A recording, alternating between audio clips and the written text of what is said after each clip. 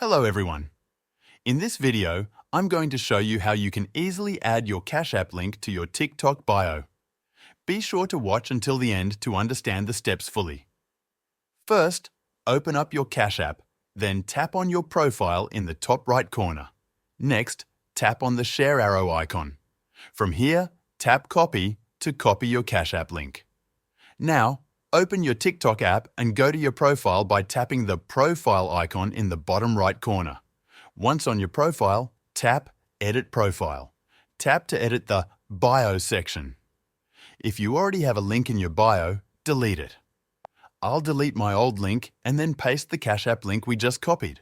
Finally, tap Save in the top right corner and your Cash App link will be added to your TikTok bio. That's how you can add your Cash App link to TikTok. By the way, if you use the link in the description to sign up to Cash App, we will both get $5. The exact steps you need to take to get your free $5 are in the description as well. Thank you for watching, and I will see you in the next video.